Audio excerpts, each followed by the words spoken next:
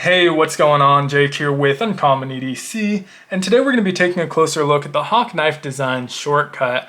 I purchased mine at Blade Show Atlanta this year, so ignore the blue finish on it, because if you get this through a drop or one of their pre-orders, typically they're going to come with a raw stonewashed titanium finish instead. This was one of 4 custom one-offs, all slightly different, that was brought to Blade Show Atlanta, and I don't know that they've ever repeated any of these configurations, so I'm not sure you can find this one even if you are looking for it. But outside the color, it's identical to the base model, so you're not missing out on anything. I just have kind of a unique color here. Now, easiest way to get one of these is through drops and pre-orders that happen on their website. They do occasionally send them out to retailers, but it can be kind of sporadic. These are made in the USA in small batches, and so definitely your best bet if you want one of these, sign up for their newsletter to find out when those drops or pre-orders are happening. Now, elephant in the room here is that this is a fancy upscale utility knife, but it's still a utility knife that uses standard replaceable disposable utility blades, and the price point on it is $475 for that base model, a little bit more for these custom models, which you can usually get at Blade shows. That's another place if you're in the vicinities or attend the Blade shows, that may be the easiest way to get them. Actually, just go early on day one and they usually have stock of them. But the price point, and so I think there's going to be people who immediately see the value that have maybe always wanted a Grant or Gavin Hawk design, can't afford the deadlock, maybe they appreciate the unique features that you're going to get on a Hawk knife design, like this latch lock or the grip clip, or really just like the overall design. I think this is one of the coolest looking utility knives that's out there, and I have a lot of different utility knives.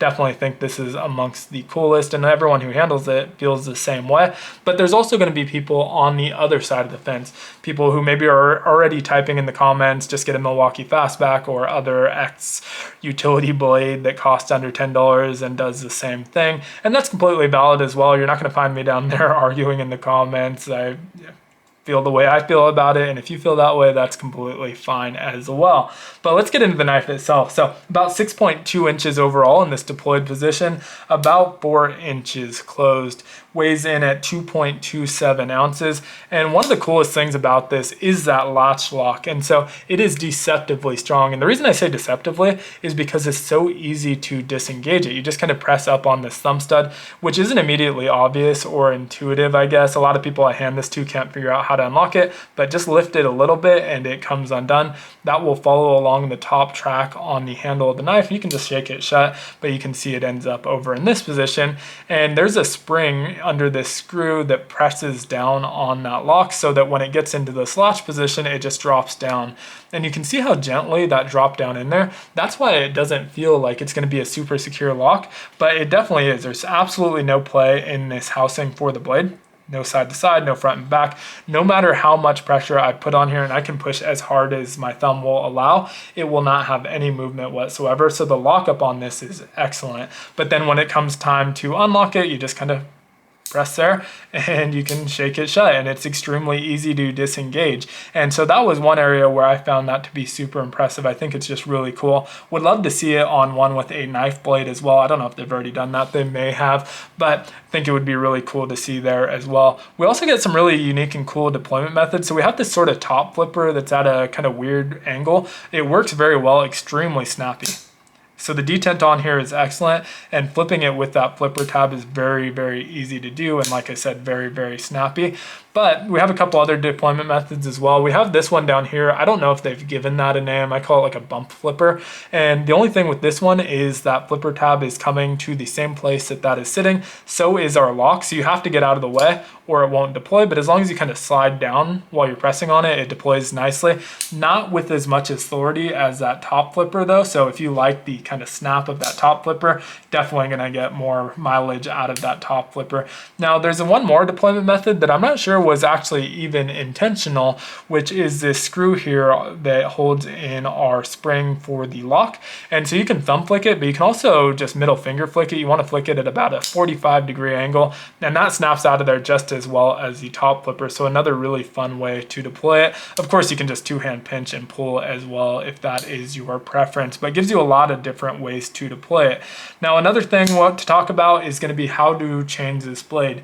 No quick change mechanism on this one, and I honestly prefer the quick change method, but the reason they went with no quick change and have a screw assembly here is because they're really known for having no play on their out the front, didn't want any play on their utility blade either, and so there's absolutely no play in this blade, and that's something that pretty much any quick change assembly is going to have, even these premium ones. This is the Chavez Chubb, and it has a quick change, and you'll see quite a bit of rattle in that one. This one is, I think, around $300. We also have the Riot XOU. This is about $75, also has a quick change assembly.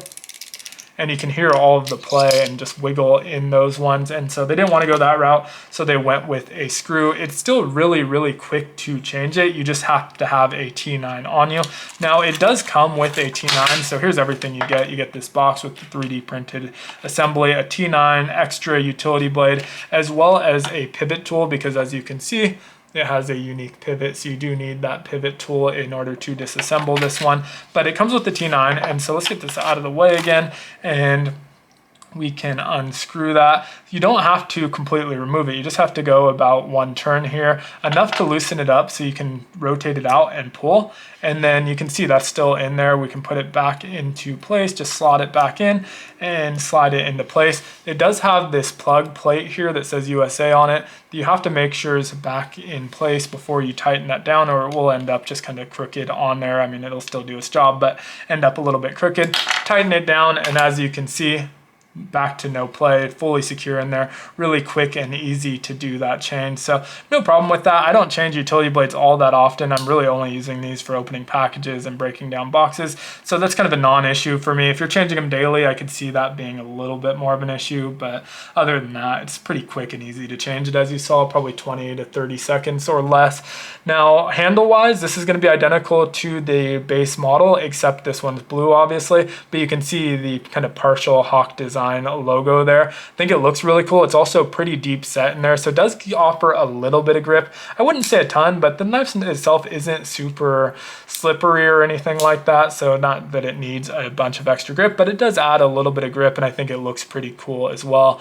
Last but not least, we have the grip clip that is kind of one of their unique designs. I wish we could see this on more knives. I would assume they probably have a patent on it, which is probably why we don't, but you can see it works kind of like one of those like chip clips or bread clips that you have for the kitchen, just kind of clips into place. Really easy to slide into your pocket because you can open it up wide enough to fit over even the thickest of materials. Same thing on the way out, really easy to get out, and doesn't really get caught up on things very easily. Not reversible, unfortunately, for the lefties. Otherwise, this knife is pretty ambidextrous. All of the other features are identical. You can remove this clip. You have to go through the handle here. There's a screw for the body that's not actually holding the clip in place, and then remove the pivot, and then it's screwed in from the inside, so you can go clipless if you wanted for those lefties, but otherwise are not able to reverse it. Weight on this one is about 2.27 ounces, so ultra lightweight. Absolutely love this one. I'm probably going to do a video comparing all of these different utility knives at some point because I have a ton of the different ones. I think I really need an Exceed design. I probably can't make a utility knife list without that one, but other than that, I have all of the major utility knives out there, so I think it would be kind of fun to do a comparison of these at some point.